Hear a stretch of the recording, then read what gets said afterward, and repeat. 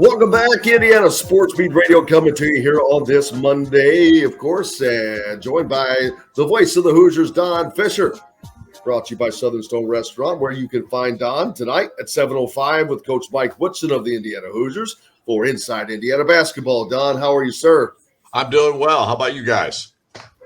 Not bad, not bad. Trying to adjust to the cold weather in Florida, but it's you poor baby. You poor baby.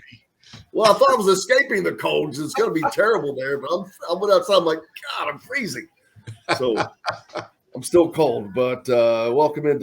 Not a great weekend for Indiana fans, whether you're a Colts fan. My God, that was horrible. And, of course, Indiana going to Kansas and taking on the Jayhawks and losing, which was not a shocker. But the topic of conversation, Don, has just been how they just seem to perform, and that was just not showing up, not looking ready to play again, and which was shocking because I thought they actually had a shot to go in there and win that game. I didn't think they really had a chance to beat Arizona just because Arizona is just a really good team.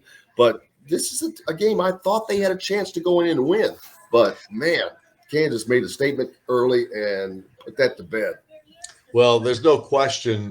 The thing about Kansas is, and I think why everybody thought maybe Indiana had a really good shot in this ball game was the fact that Indiana looked like they matched up physically with this Kansas ball club. Nobody on their team, with the exception of the kid that came off the bench, was bigger than 6'8".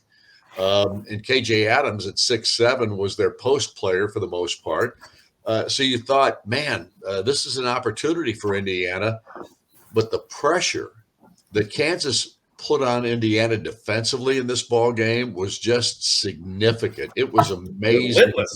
Yeah, I mean, they never stopped pressuring the guards. They never stopped double teaming. It didn't matter.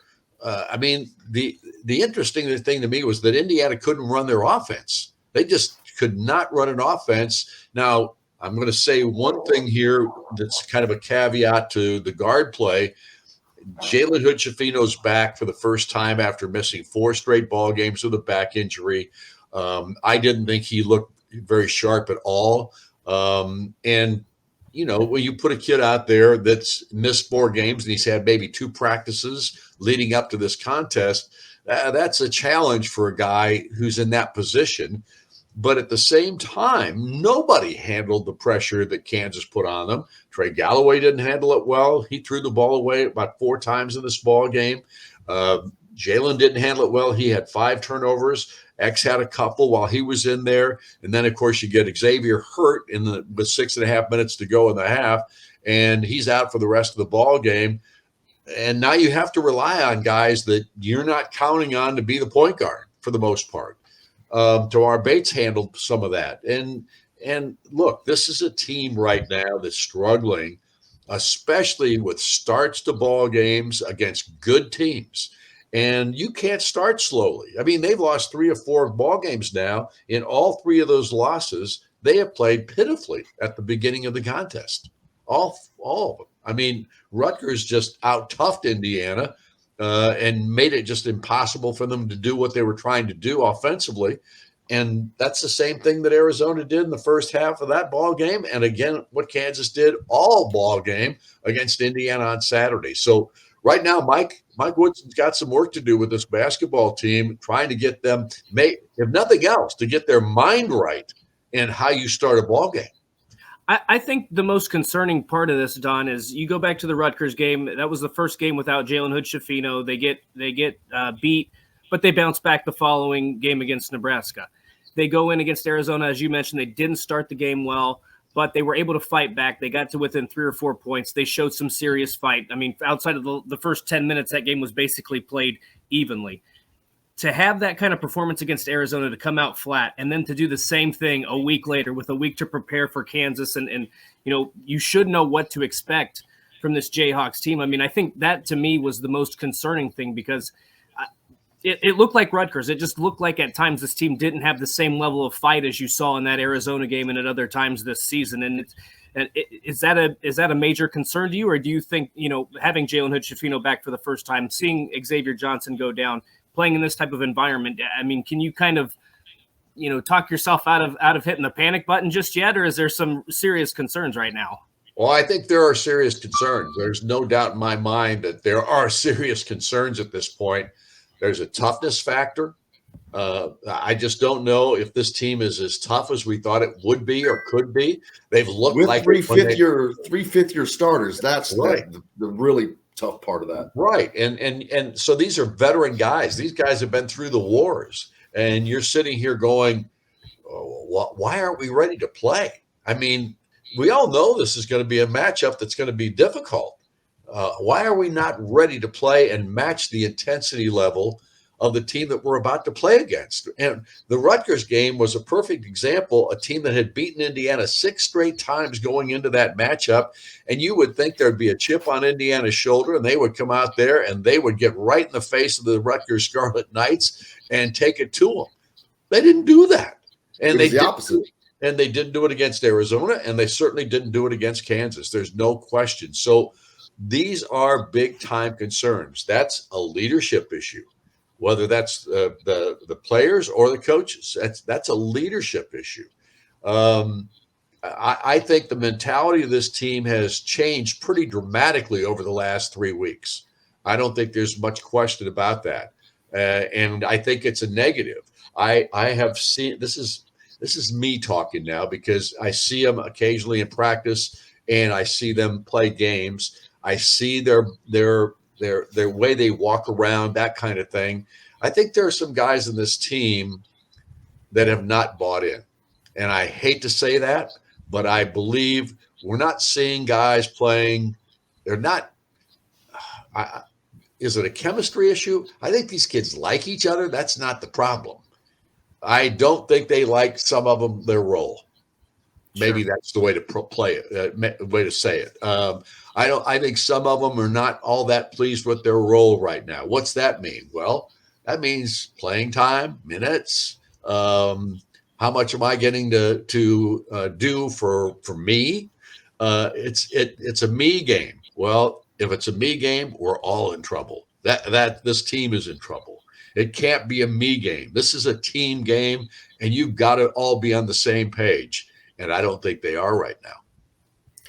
It's a lot of NBA influence around this team from the coaching. Obviously, Mike Woodson has a great NBA background, but he's got Randy Whitman, Armand Hill, it's a lot of NBA type experience, which can be good, but at the same time, this is not the NBA, and the game's not played quite the same as the NBA. And I wonder sometimes if there's too much of that influence and not enough of the college game style being worked into these guys, because it's the NBA is more of a league where there's not as much coaching and the players play more. And it seems like that's kind of going on here in a way, but I can't put my finger on it. I'm not, and I am no kind of expert. I do not pretend to be, but there's something, and it's not working right now. Well, I think it boils down to your leadership, and I think player leadership is the big key here. You have, like you said, we got a 6-year senior on this basketball team. We've got 4-year starters on this basketball team. We've got guys that have been through these wars, have done this. They should know exactly what they need to be talking about with their teammates. And are we getting that? And I can't answer it either. I don't know if that's happening or not, but I do know what we see on the floor. And what we're seeing on the floor right now is not good. This team has been able to dominate people when they play in Simon Scott Assembly Hall. And on the road, they have played horribly at this juncture, with the exception of Xavier. And going forward, speaking of Xavier, they're going to not have Xavier Johnson for an extended period of time. We've not been told anything about it, but It didn't look good. I tell people to ask me all the time, say, plan for 8 weeks. Just plan for 8 weeks. And if it's not that, great, but plan for it to be that way. I don't know no idea what it is. But I'm assuming he's going to be out for the next 2 months, the way it looked. And if it's not, great. If it's 2 weeks, wonderful. But they've got to get a plan quickly, because Big Ten play starts in a week and a half. So they have to be ready to get that. Here's the problem with that. They got 2 games this week. And on Friday, they play on the 23rd. They don't play again until January 5th. I don't know how this schedule was put together or who put it together, but I don't think you could go 2 weeks without a basketball game and expect to play really well the next time you go out on the floor. And they play at Iowa in their first Big Ten game after Kennesaw State this Friday. So I don't like that either. But again, that's all stuff that we have no control over. And whatever happened there, it happened, and now you got to deal with it. So the schedule is what it is. But the fact that this team is playing Elon on Tuesday, which should be, I mean, that game is Elon's 2-10. They got beat by Valpo yesterday, 71-66, I think was the final count in that one. Elon's not very good. Billy Taylor, the former Notre Dame player, is their head coach in his first year there. They're learning themselves. This will be a dominant performance by Indiana, I would assume. And then, of course, they play a Kennesaw State team that might be better than most people would anticipate because Indiana's blown out Kennesaw State the 2 times they've played them in the past, but they haven't played them here in about 5 or 6 years now. But Kennesaw State might be a little bit more of a challenge, but it's still a game you're expected to win by 20. And it's not going to be a game that is like Iowa when they face them on January the 5th. So I think Mike has got a lot of work to do here. This coaching staff has to get these guys' minds right. There's no question right now that it's going to be a struggle to do that. If Xavier Johnson is out for any time at all, it's going to be another issue that they have to deal with here. And we think he's probably going to be out for a while. I don't know if it looks like a foot injury. We haven't been told, but it would appear to be a foot injury of some kind. And if it's broken, he may not play again this year. I mean, if it's a stress fracture, that may be the same issue. I mean, you just don't know. So you've got to deal with what you got to deal with at this juncture. And I think from a coaching perspective, Mike has got a lot of work to do, especially with these guys' mental attitude.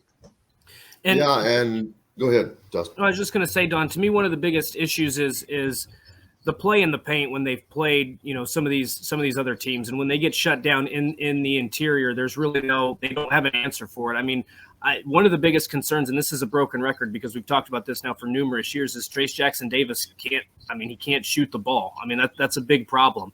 And so it seems like if they're double teaming him, he's going to pass it out, and Indiana still doesn't have the 3-point shooting. I mean, how can Indiana how can they be more formidable if he's not able to make a jump shot? Like, to me, I just don't see how it's going to happen in the Big Ten, where you've got to be able to win some of these games. You've got to be able to stretch defenses, because in the Big Ten, that's a priority. If he's around the basket and somebody double teams him, Indiana's not winning those games. That's what we've seen through these three contests they've lost. Oh, and we saw it in the past. I mean, in years gone by. So it is a problem. There's no question about it.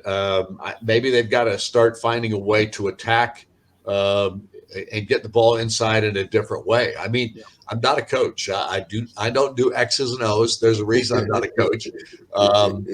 That's up to coaches. But we're just not seeing anything done differently. Right. And at this point, when something's not being done differently and you're not having success, what's the definition of insanity, boys and girls? So, I mean, this is a problem right now. And I think Mike is a really good basketball coach. I think he will put some examples out there for these guys to work with and try to figure it out here in the next couple of weeks. He's got a lot of time. I mean, this week, next week, and the following week, he's got time to get this thing worked out. But more than anything else, guys, I still think it's right. It's right up here. It's up here as much as it is anything else with this basketball team. Yeah, without question. And now they've got to go forward and they've got to pick themselves up, because here you've gone from being a Big Ten favorite, co-favorite, and right now I'm like, I don't know where I would put them in the Big Ten race.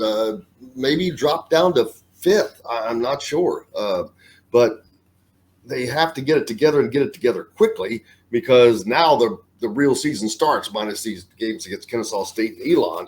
And I think other teams see blood in the water with Indiana like this. They see them play and be attacked this way, and they salivate. They're like, hey, we can do this.